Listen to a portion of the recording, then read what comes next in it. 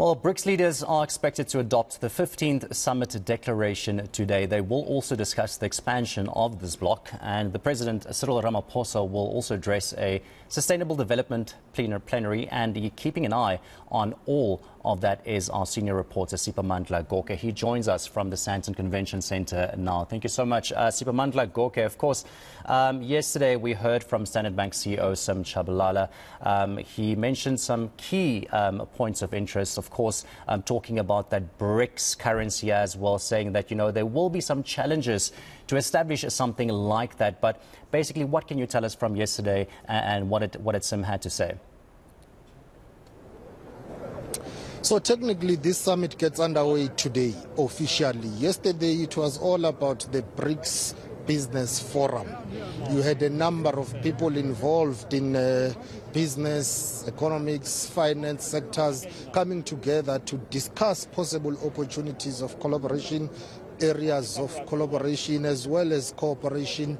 They were dealing with issues that have got to do with how to undertake and grow business within BRICS bloc as a setup. So that's why they had to have that BRICS forum or BRICS Business Forum yesterday, and the heads of state had to go there and address them and respond to what was discussed the whole day. Of course, because that was the BRICS Business Forum, they had to touch on the issue of the BRICS currency that is proposed or that has been proposed. Many people have spoken about that, and today we expect that there will be some discussions and deliberations as we see some movements of delegates entering through this main entrance, the venue. Not too many of them that you will see, because others are using the back entrance, VIPs are using the back entrance. But in terms of the program today, we expect that things will get moving around 10 o'clock, and that's when they will have a closed plenary session. Heads of state will be making their input. They will be discussing issues that have got to do with realizing the full potential of BRICS, inclusive global economic recovery and sustainable development. Those are some of the deliberations that will be taking place today. Remember, this is about trade and investment. Whatever will be discussed here has got to do with trade and investment. Yes, there have been calls and proposals to establish one single BRICS currency, and I can tell you that the CEO of Standard Bank, Sim Chabalala, saying it will be quite a challenge to implement that. However, there are those who feel that it's doable, but we do not expect that this summit, the 15th BRICS Summit, will come up with a decision on that one. It's an ongoing debate. There will be engagements and deliberations, even though some feel that if you take into account the size, the diversity and differences, even though there are similarities within BRICS member states in terms of their economies and how they are structured, it will be difficult to have one single BRICS currency. Maybe that's a long-term thing that might happen in the near future or later on, but immediately they have to discuss issues that have got to do with trading in their own local currencies, how they deal with ensuring that among themselves they use their own local currencies. I think I may have lost contact and connection with you. My line appears to have dropped while you're still trying to reconnect. Let's take a listen to the CEO of Standard Bank, Sim Chabalala, talking about what the BRICS Business Forum discussed when it comes to the BRICS currency. Participants also debated the question of whether a BRICS currency is possible or even desirable, with strong views expressed both for and against, with little consensus being reached. Seen from a banker's perspective, the debate would probably progress more fruitfully if the discourse maintained a sharper conceptual distinction between international payments on the one hand and reserve currencies on the other. For example, and as the example of the PAPS illustrates, under certain circumstances it may be possible to simplify international trade and the attendant payments using a collection of domestic currencies without any reference to any international reserve currency. It's also important to be realistic about the necessary characteristics of an international reserve currency. These include being a currency issued by a central bank with very high credibility in the implementation of monetary policy. Now, of course, the Russian president delivered his opening remarks through a virtual link yesterday, Siphamandla. He spoke about the trading volume, of course, within the BRICS countries.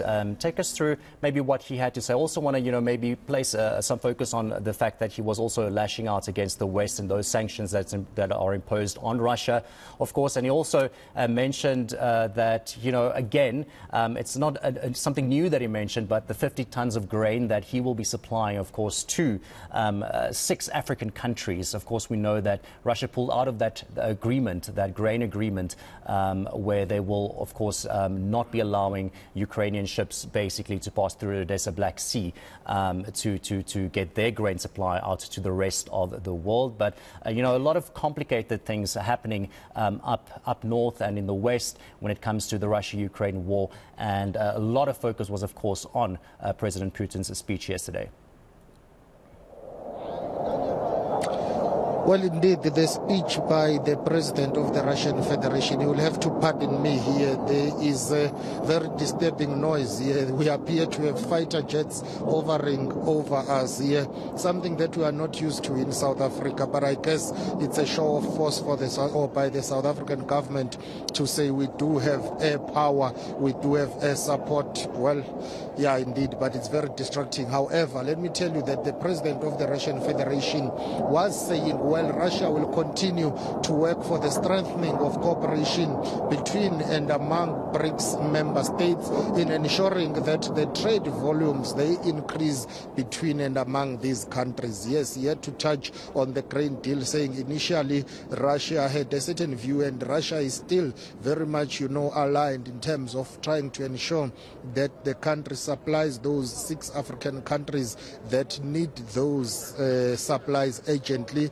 And he kept on saying, well, while this ongoing war between Russia and Ukraine takes place, they are of the view that trade and cooperation between BRICS member states needs to take place, and they are trying to work hard for, of course, a peace deal that has been proposed by a number of countries, including the African Peace Mission that went to Russia and Ukraine. Remember that China as well proposed a 6-point plan to deal with peace between Russia and Ukraine.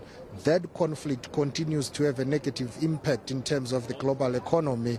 The grain deal that is much talked about has been severely affected by that. President Putin of the Russian Federation saying BRICS nations have to continue increasing trade volumes between and among themselves. Let's take a listen to him.